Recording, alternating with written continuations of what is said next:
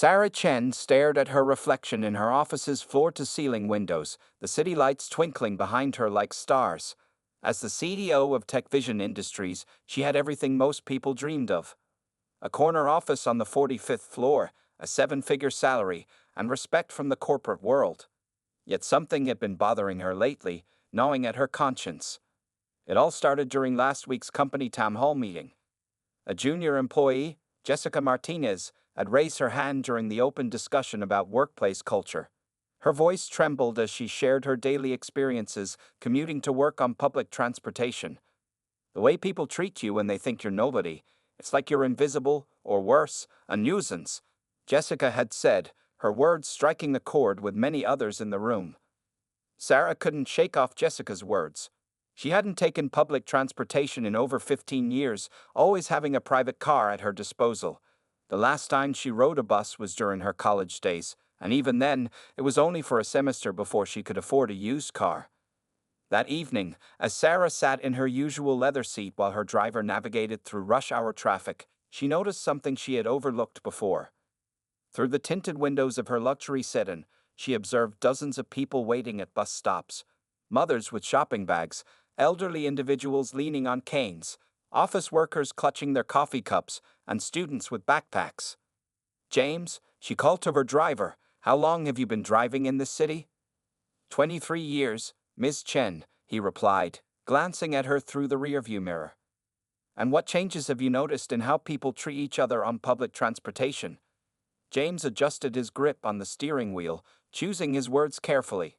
"Well, ma'am, I used to drive buses before becoming a private chauffeur. Things have changed, but not always for the better. People seem more disconnected now, more judgmental of each other." Sarah pulled out her tablet and began researching. Studies showed that social bias in public spaces was increasing, particularly affecting women, minorities, and those perceived to be from lower economic backgrounds. The statistics were troubling, but they were just numbers on a screen. She needed to understand the reality behind them. That night, in her penthouse apartment, Sarah made a decision that would change her life. She would conduct a social experiment, disguising herself as an ordinary bus passenger to experience firsthand what her employees have been talking about. She spent the next few days planning meticulously. She contacted Maya Rodriguez, a theatrical makeup artist known for her work in transforming actors for various roles. "I need to become invisible," Sarah explained during their meeting. "I need to look like someone people wouldn't look twice at on a bus." Maya studied Sarah's features thoughtfully. "We'll need to do more than just makeup. It's about changing how you carry yourself, your mannerisms, even the way you speak." Sarah also reached out to her old friend Thomas, who ran a second-hand clothing store in the city's outskirts. "I need clothes that look lived in, nothing that screams expensive or new," she told him. As she gathered her disguise elements, Sarah created a new identity for herself. She would be Sarah Jean, a part-time office cleaner looking for better opportunities. She memorized details about her fictional background, practicing her revised life story until it felt natural. The night before her experiment was to begin, Sarah stood in her walk-in closet, looking at her collection of designer suits and dresses. Tomorrow, she would trade them for worn jeans and faded sweaters. She would swap her Italian leather briefcase for a weathered backpack, her luxurious pearls for plastic earrings. "This is crazy," she muttered to herself, but the voice of Jessica Martinez echoed in her mind. As a leader, Sarah had always prided herself on understanding her employees' challenges. But had she really understood them, or had she been viewing their struggles through the privileged lens of her position? She set her alarm for 5:30 a.m., an hour earlier than usual. Tomorrow, instead of her comfortable car service, she would join the thousands of people who relied on public transportation. She had no idea that this decision would uncover truths far more astonishing than she could have imagined. Truths that would not only change her perspective, but would eventually lead to a movement much bigger than herself. As she prepared for bed that night, Sarah felt a mix of anxiety and excitement. She was about to step into a world she had left behind long ago, and this time, she would see it through entirely different eyes. The morning air felt different at 5:30 a.m. when Sarah stepped out of her apartment building through the side entrance. She had never used this door before. It was usually reserved for maintenance staff and deliveries. Today, dressed in faded jeans, an old sweater, and worn-out sneakers, She blended perfectly with the early morning workers heading to their jobs. Maya, the makeup artist, had worked magic the previous evening. Sarah's usually perfectly styled black hair was now dull and tied in a messy ponytail. Light makeup created the illusion of tired eyes and less defined features. A few carefully placed smudges on her face suggested someone who had just finished a night shift. Even her posture was different, slightly hunched, less confident, making her appear shorter than her usual 5 feet 8 inches. Standing at the bus stop, Sarah felt strangely exposed without her usual protective layer of designer clothing and professional armor. She clutched her weathered backpack, containing a packed lunch of simple sandwiches, a far cry from her usual business lunches at high-end restaurants. The first bus arrived, already crowded with early morning commuters. Sarah hesitated for a moment before climbing aboard. The driver barely glanced at her as she swiped the transit card she had purchased the day before. She noticed how different this was from her usual morning interactions, where people would rush to greet her or hold doors open. Finding a spot to stand near the middle of the bus, Sarah observed her fellow passengers. A woman in a nurse's uniform dozed in her seat, probably heading home after a night shift. 2 construction workers discussed their upcoming project in hushed tones. A young man in a fast food uniform kept checking his watch anxiously. 20 minutes into the ride, a well-dressed businessman boarded the bus. Sarah watched as people automatically shifted to make space for him, something they hadn't done for the elderly lady who had gotten on a few stops earlier. The contrast was striking. "Move back, please," the driver called out gruffly. Sarah, along with others, shuffled backward. She felt someone's elbow dig into her side, but no one apologized. In her regular life, such an incident would have resulted in profuse apologies. At one stop, a group of young executives from what appeared to be a finance firm boarded the bus. Sarah recognized their type immediately. She had hired many similar people over the years. One of them, a woman in an expensive suit, looked directly through Sarah as if she were invisible, then proceeded to have a loud phone conversation about her upcoming meeting with the CEO of a major corporation. Sarah almost laughed at the irony. Just yesterday, she had been that CEO, meeting with similar executives. Today, she was just another face in the crowd, deemed unworthy of even basic acknowledgement. The transformation went deeper than just appearance. Sarah found herself adopting different mannerisms, avoiding eye contact, making herself smaller in her seat, speaking in a softer voice when asking someone to let her pass. It was as if her new appearance came with an unwritten set of behavioral rules. During a particularly crowded moment, Sarah ended up standing next to a cleaning lady who introduced herself as Maria. "First time on this route?" Maria asked kindly, noticing Sarah's uncertain demeanor. "Is it that obvious?" Sarah replied, maintaining her cover story. Maria smiled warmly. "We all started somewhere. I've been taking this bus for 8 years now. You'll learn the tricks, which drivers are nice, which times are less crowded, where to stand to avoid the morning sun." This simple exchange of practical advice, delivered with genuine kindness, touched Sarah deeply. It was a type of interaction she rarely experienced in her executive world, where relationships were often tinged with ulterior motives. As the bus approached her stop, Sarah thanked Maria and made her way to the exit. She had chosen a location several blocks from her office. She couldn't risk being recognized. Walking the rest of the way, she noticed how differently store owners and street vendors treated her. The same coffee shop where baristas usually greeted her by name now served her with indifferent efficiency.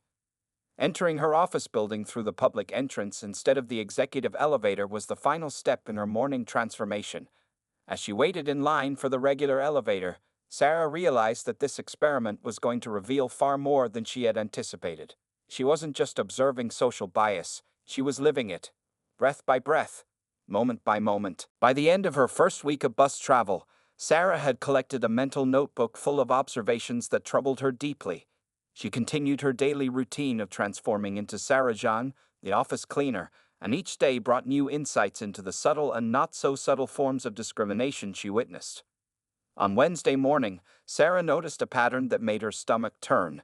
When she boarded the bus wearing her carefully chosen worn-out clothes, people would instantly pull their bags closer or shift away slightly. The same passengers who avoided eye contact with her would brighten up and smile at well-dressed individuals who entered later. During one particularly memorable ride, Sarah sat next to a young woman who was clearly headed to a corporate job. The woman immediately grabbed her designer handbag and clutched it tightly to her chest, even though Sarah hadn't moved or looked in her direction. The irony wasn't lost on Sarah. She owned the same handbag model in 3 different colors. "Excuse me," Sarah had said politely, testing the waters. "Would you mind if I opened the window a little?" The woman had given her a quick, suspicious glance before mumbling, "I prefer it closed," and turning away abruptly to look at her phone. Sarah noticed how the same woman later engaged in friendly conversation with another passenger wearing business attire. The bus drivers, too, showed varying degrees of bias. Some were professionally neutral, while others displayed clear preferences in how they treated different passengers. Sarah observed how they would wait longer for running passengers in business suits, but quickly closed the doors on those who appeared less affluent. One rainy morning, Sarah witnessed an incident that left her shaken. An elderly man with worn clothes and shopping bags from a discount store tried to board the bus, but his transit card had insufficient funds. The driver announced this loudly, causing several passengers to sigh impatiently. No one offered to help, despite the man's obvious embarrassment and the pouring rain outside. Sarah reached for her wallet to help but stopped herself. Sarah Jean, the character she was playing, wouldn't have extra money to spare. The man eventually shuffled off the bus, head down, into the rain. The memory of his dejected expression haunted her throughout the day. During her regular executive meetings, Sarah found it increasingly difficult to concentrate. While her colleagues discussed quarterly profits and market strategies, her mind kept drifting to the morning's bus rides. She started noticing how her own employees treated the cleaning staff, security guards, and maintenance workers in their office building. Maria, the kind woman she had met on her first day, became a regular companion on the morning route. Through their conversations, Sarah learned about the invisible barriers that separated people in public spaces. Maria shared stories of being ignored by customer service representatives, talked down to by shop attendants, and dismissed by healthcare workers, all because of her appearance and broken English. "You know what's funny?" Maria had said one morning, adjusting her worn work uniform. "My son is studying to be a doctor, but when people see me, they assume I'm uneducated. They don't know I have a degree in accounting from my country." These conversations opened Sarah's eyes to a world of prejudices she had been privileged enough to ignore. She began documenting specific instances: the number of times people refused to sit next to certain passengers, the frequency of rude comments, the patterns of preferential treatment. One afternoon, while still in her disguise, Sarah visited the same high-end department store where she regularly shopped as CEO. The difference in treatment was stark. Sales associates who usually fawned over her now followed her suspiciously, their eyes narrowed with distrust. When she asked to see a designer handbag, the saleswoman curtly informed her that the item was very expensive without even sharing the price. As the 3rd week of her experiment approached, Sarah realized that what she was uncovering went beyond simple social bias. It was a complex web of prejudices based on appearance, perceived social status, and economic class. The experience was transforming her understanding of social dynamics in ways that no corporate diversity training or academic study ever could. In her private journal, which she kept locked in her office safe, Sarah wrote, "We don't just discriminate with words or actions, we do it with our eyes, our body language, our silence. The most painful bias might be the kind that never speaks its name." The 4th week of Sarah's experiment brought an unexpected turn of events through her growing friendship with Maria. One morning, as they sat together on their usual bus route, Maria invited Sarah to join her for lunch at a small Mexican restaurant where her cousin worked. "You always eat alone," Maria said, her eyes kind. "Nobody should eat alone every day. Besides, Rosa makes the best enchiladas in the city." Sarah hesitated, knowing this would take her experiment in a new direction. Her role as Sarah Jean had been mostly observational until now. But curiosity and a genuine appreciation for Maria's kindness won out. "I'd like that," she replied softly. The restaurant was tucked away in a part of the city Sarah had never visited as CEO. The tables were covered with bright plastic cloths, and the walls displayed faded photographs of Mexico. The aroma of spices and cooking made her realize how hungry she was. Maria's cousin Rosa greeted them warmly, speaking rapid Spanish before switching to English for Sarah's benefit. "Any friend of Maria and his family here?" she declared, bringing them water in mismatched glasses. As they ate, Maria shared more about her life. She had come to America 15 years ago, leaving behind a career in accounting. My degree wasn't recognized here, she explained, breaking a tortilla chip into smaller pieces. And my English wasn't good enough for office work. But my children, they will have better opportunities. Sarah learned that Maria worked 3 different cleaning jobs, starting at 4 a.m. and ending at 9 p.m. Her oldest son was in medical school, supported by scholarships and his mother's tireless work. Her daughter was finishing high school with dreams of becoming an engineer. Sometimes on the bus, Maria continued, I see those business people looking at their phones, complaining about their one job, their one meeting. They don't know what tired really means. She smiled without bitterness. But that's okay, God sees everything.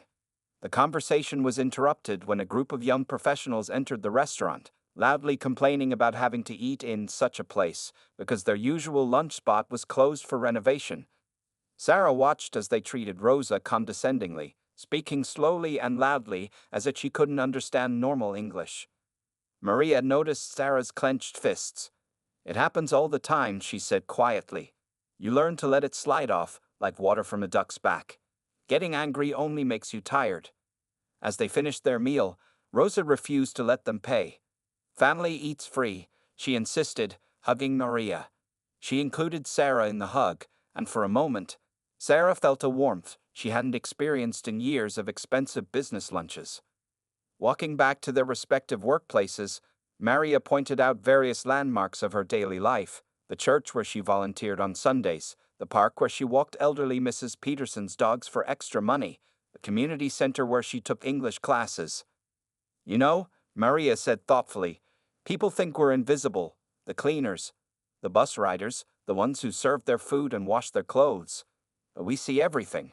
We know more about their lives than they imagine. Sarah thought about her own office building, realizing she had never really noticed the cleaning staff who worked there.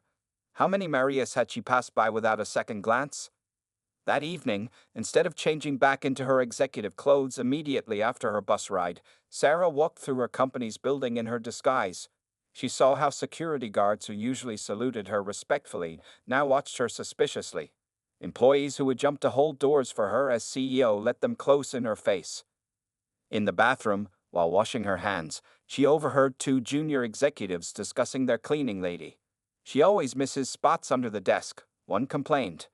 And she barely speaks English. I mean, how hard is it to learn the language if you live here? Sarah gripped the sink hard, remembering Maria's perfect accounting degree, her 3 jobs, her children's achievements. The distance between these 2 worlds, the one she came from and the one she was discovering, seemed to grow larger every day. That night, in her CEO office after everyone had left, Sarah began drafting a new company policy. It would start with mandatory sensitivity training, but she knew that wouldn't be enough. Real change would require something more profound, something that would bridge the gap between the Marias of the world and the corner offices where decisions were made. The 5th week of Sarah's experiment brought her face to face with the darker side of public transportation. It started as a typical evening commute, the bus more crowded than usual due to a light rain. Sarah sat near the middle, observing the usual mix of tired workers heading home. At the downtown stop, a young woman in her mid-20s boarded the bus. She wore simple office attire and carried a laptop bag. Sarah noticed 3 men board right after her, their behavior immediately setting off warning signals. They were well-dressed but had an unsettling presence, exchanging glances and positioning themselves strategically around the young woman. The bus moved forward, and Sarah watched as one of the men accidentally bumped into the woman repeatedly. The woman tried moving away, but the crowded bus left her little room to maneuver. Another man made inappropriate comments just loud enough for nearby passengers to hear, while the third one pretended to be uninvolved but blocked any escape route. Sarah observed the reactions of other passengers. Some buried their faces deeper in their phones. Others shifted uncomfortably but remained silent. A few even moved away from the scene, leaving the young woman more isolated. The behavior Sarah witnessed wasn't just passive, it was actively making the situation worse. The young woman's face showed increasing distress. She clutched her bag tighter and tried to make eye contact with other passengers, silently pleading for help. No one responded. Sarah felt her heart racing. As CEO, she had security personnel at her disposal and the authority to immediately address any harassment. But here, as Sarah Zhang, she was just another powerless passenger. Or was she? Making a decision, Sarah stood up and moved toward the woman. Jenny. She called out loudly, using the first name that came to mind. I didn't know you took this route. Come sit with me, I saved you a seat. The young woman's eyes showed momentary confusion before understanding flickered across her face. She quickly moved toward Sarah, squeezing past her harassers. Thank you, she whispered as they sat together. I'm Alice. I'm Sarah, Sarah replied, keeping her voice clear and loud enough for others to hear. How's the new project going? The whole team's been talking about it. They maintained this pretense of being co-workers while Sarah carefully watched the three men through her peripheral vision. The men, realizing their target was not protected, eventually got off at the next stop. After they left, Alice's shoulders sagged with relief. No one ever helps, she said quietly.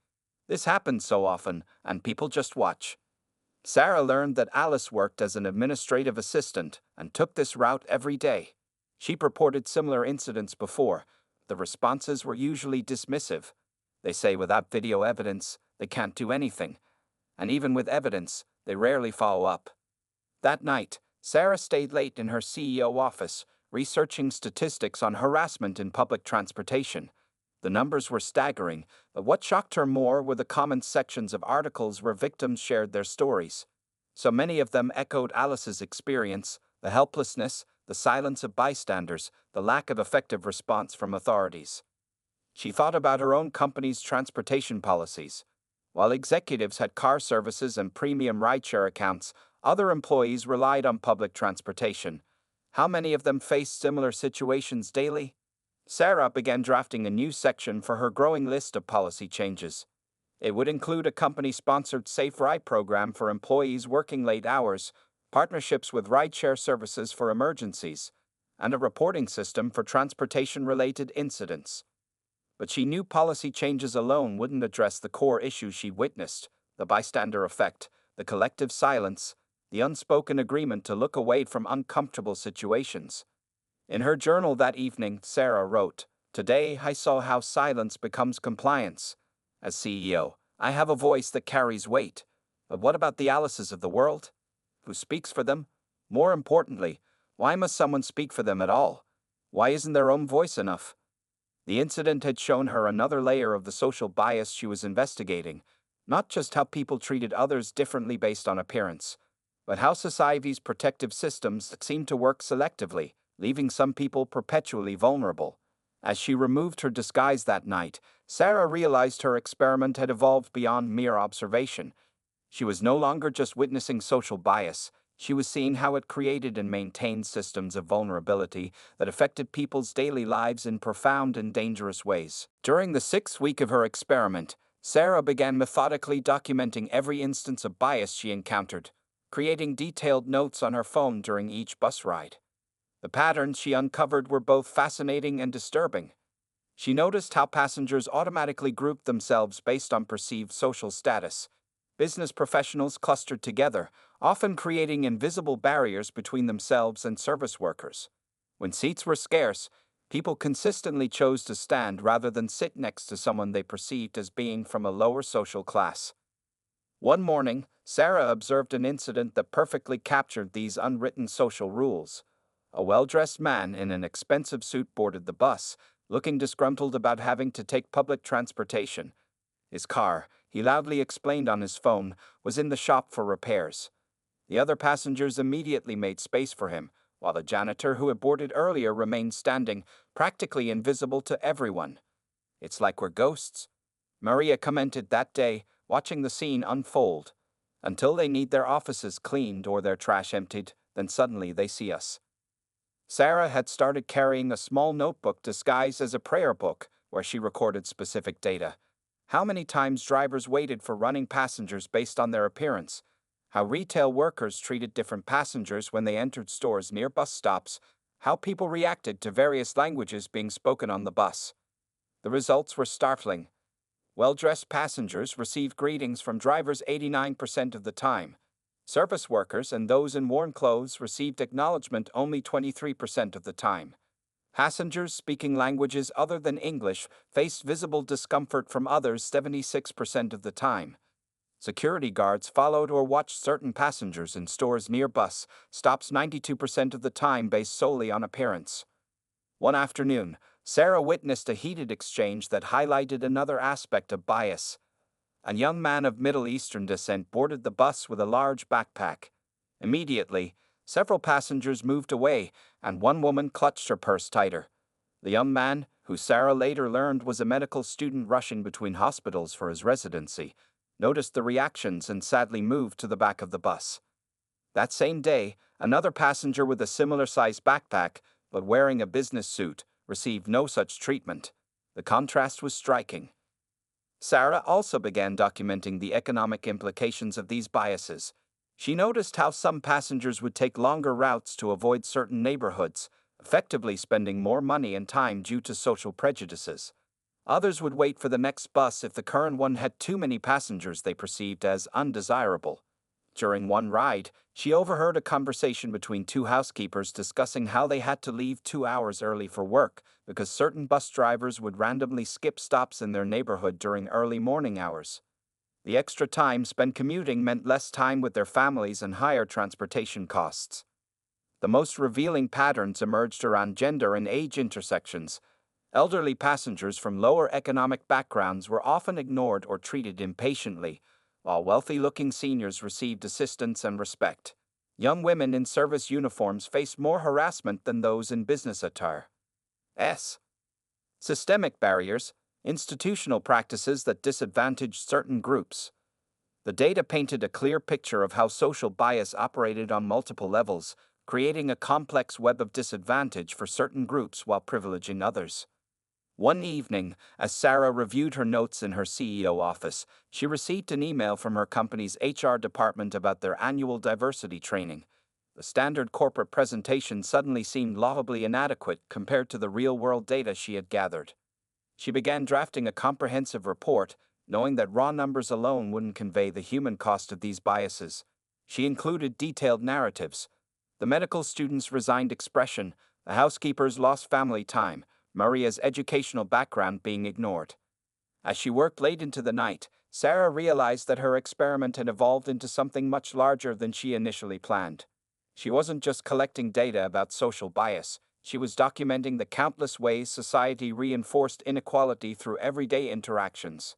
In her personal journal, she wrote, "Numbers tell one story, but it's the human dignity being stripped away in these small, daily moments that reveals the true cost of our social biases.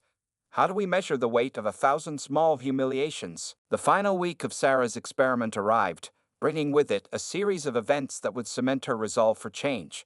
On Monday morning, she decided to conduct one last comparative test, riding the same bus route twice, first as Sarah Jean and then as CEO Sarah Chen. As Sarah Jean, wearing her now familiar worn clothes, she boarded the 7 a.m. bus. The driver barely glanced at her, and she made her way to the back, where an elderly man reluctantly moved his bag to let her sit. Throughout the 40-minute ride, she counted 17 instances of subtle discrimination, from people avoiding eye contact to passengers holding their belongings closer when she passed. 2 hours later, after changing into her CEO attire in her office, she took the same route in reverse. The transformation in people's behavior was immediate and stark. The same driver who had ignored her earlier now greeted her with a warm, "Good morning, ma'am." Passengers moved quickly to make space, and several offered their seats even though she hadn't asked. What a powerful demonstration of character, she overheard one passenger whisper to another, noting her designer suit and professional demeanor. Sarah almost laughed at the irony. She was the same person who had been deemed suspicious just hours earlier.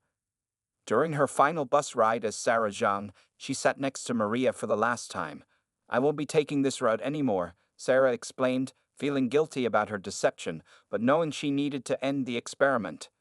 Maria touched her arm gently. "You found a better job. That's good. You deserve more than cleaning offices." Sarah felt tears threatening to form. Maria's genuine care for someone she thought was a fellow struggling worker touched her deeply. "You taught me so much, Maria," she said truthfully. more than you'll ever know. That afternoon, Sarah began compiling her 6 weeks of observations into a comprehensive report. The data was overwhelming. She had experienced or witnessed over 300 instances of direct discrimination, more than 500 cases of subtle bias, and countless moments of social invisibility. But beyond the numbers, she had gained something far more valuable: a deep, personal understanding of how social bias affected people's daily lives.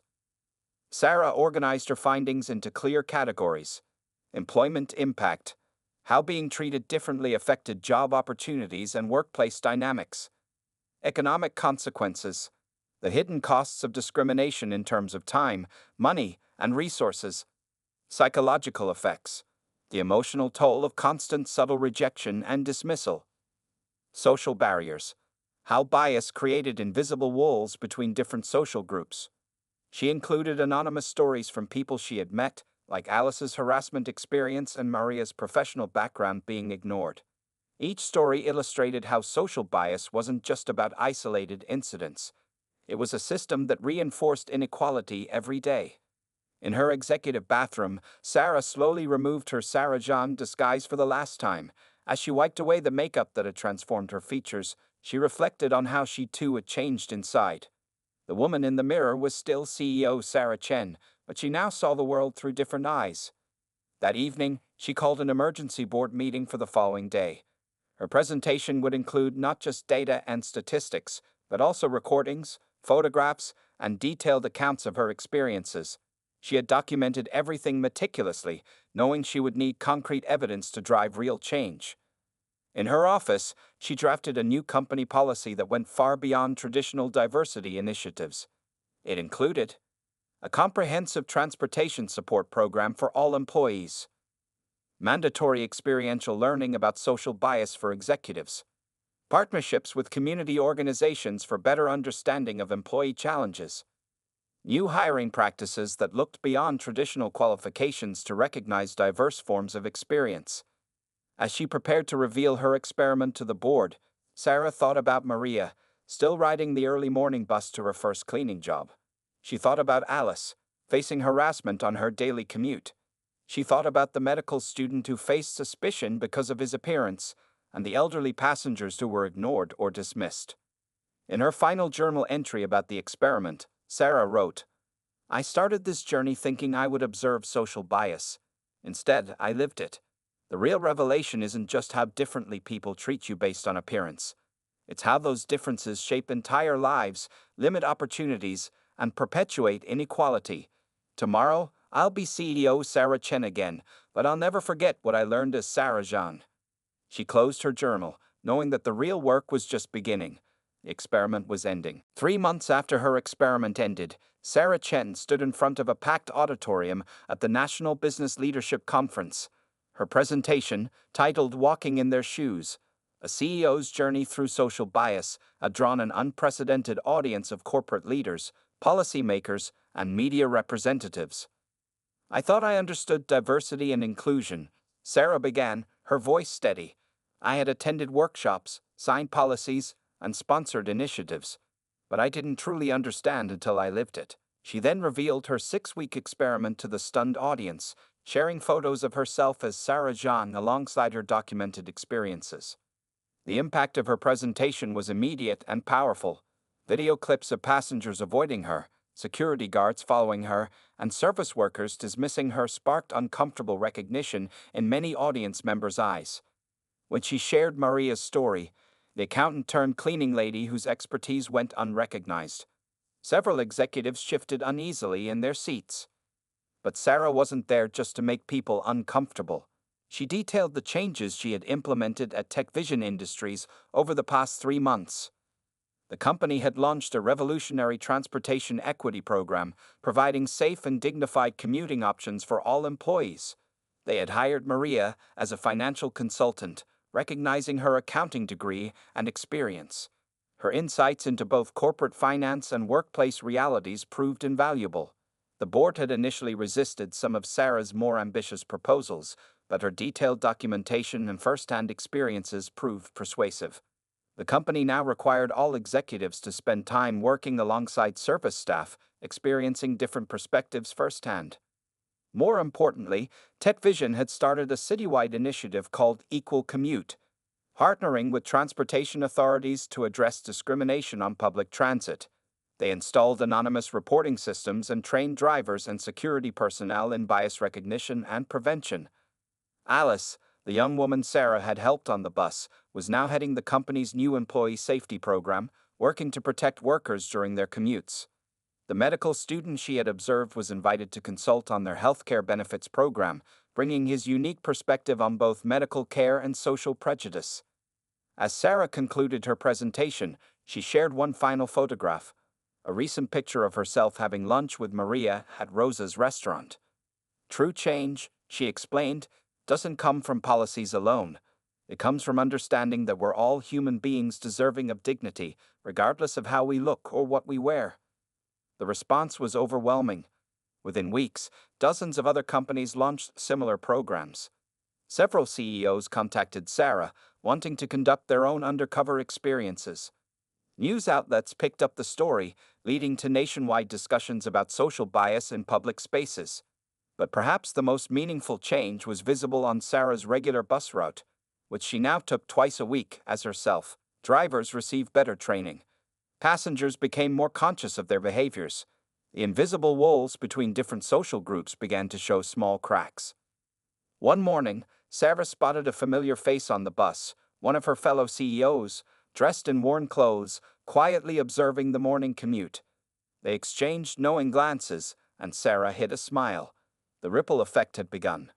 In her office, Sarah kept a small photograph on her desk, not of herself with celebrities or business leaders, but of Sarah Zhang sitting next to Maria on that crowded morning bus.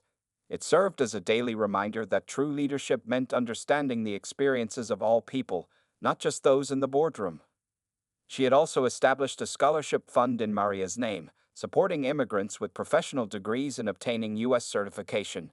The first recipient was a former engineer from Vietnam who worked as a janitor.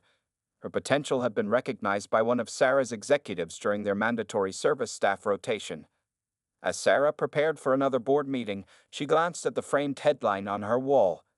CEO's Social Experiment Sparks National Movement for Change. Below it was a handwritten note from Maria. Thank you for seeing us. The experiment had ended, but its impact continued to grow. Sarah had learned that real change didn't happen through grand gestures or policy documents alone. It happened through small, daily actions, through genuine understanding, and through the courage to see the world through others' eyes.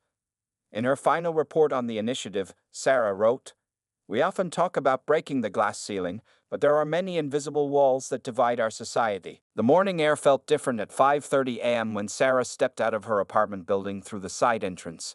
She had never used this door before. It was usually reserved for maintenance staff and deliveries. Today, dressed in faded jeans, an old sweater, and worn-out sneakers, she blended perfectly with the early morning workers heading to their jobs.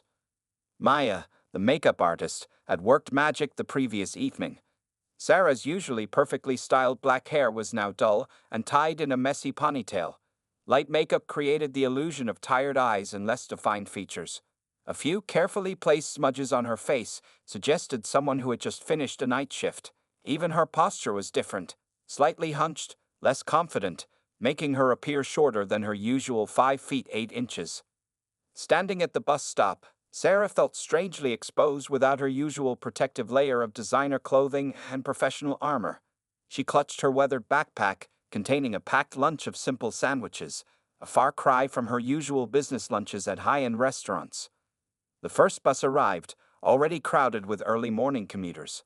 Sarah hesitated for a moment before climbing aboard. The driver barely glanced at her as she swiped the transit card she had purchased the day before. She noticed how different this was from her usual morning interactions, where people would rush to greet her or hold doors open. Finding a spot to stand near the middle of the bus, Sarah observed her fellow passengers. A woman in a nurse's uniform dozed in her seat, probably heading home after a night shift. 2 construction workers discussed their upcoming project in hushed tones. A young man in a fast food uniform kept checking his watch anxiously. 20 minutes into the ride, a well-dressed businessman boarded the bus. Sarah watched as people automatically shifted to make space for him, something they hadn't done for the elderly lady who had gotten on a few stops earlier. The contrast was striking. "Move back, please," the driver called out gruffly. Sarah, along with others, shuffled backward. She felt someone's elbow dig into her side, but no one apologized. In her regular life, such an incident would have resulted in profuse apologies. At one stop, a group of young executives from what appeared to be a finance firm boarded the bus. Sarah recognized their type immediately. She had hired many similar people over the years. One of them, a woman in an expensive suit, looked directly through Sarah as if she were invisible, then proceeded to have a loud phone conversation about her upcoming meeting with the CEO of a major corporation. Sarah almost laughed at the irony. Just yesterday, she had been that CEO, meeting with similar executives. Today, she was just another face in the crowd, deemed unworthy of even basic acknowledgement. The transformation went deeper than just appearance. Sarah found herself adopting different mannerisms, avoiding eye contact, making herself smaller in her seat, speaking in a softer voice when asking someone to let her pass. It was as if her new appearance came with an unwritten set of behavioral rules. During a particularly crowded moment, Sarah ended up standing next to a cleaning lady who introduced herself as Maria. "First time on this route?" Maria asked kindly, noticing Sarah's uncertain demeanor. "Is it that obvious?" Sarah replied, maintaining her cover story. Maria smiled warmly. "We all started somewhere. I've been taking this bus for 8 years now. You'll learn the tricks, which drivers are nice, which times are less crowded, where to stand to avoid the morning sun." This simple exchange of practical advice, delivered with genuine kindness, touched Sarah deeply. It was a type of interaction she rarely experienced in her executive world, where relationships were often tinged with ulterior motives. As the bus approached her stop, Sarah thanked Maria and made her way to the exit. She had chosen a location several blocks from her office. She couldn't risk being recognized. Walking the rest of the way, she noticed how differently store owners and street vendors treated her. The same coffee shop where baristas usually greeted her by name now served her with indifferent efficiency. Entering her office building through the public entrance instead of the executive elevator was the final step in her morning transformation. As she waited in line for the regular elevator, Sarah realized that this experiment was going to reveal far more than she had anticipated. She wasn't just observing social bias, she was living it, breath by breath, moment by moment.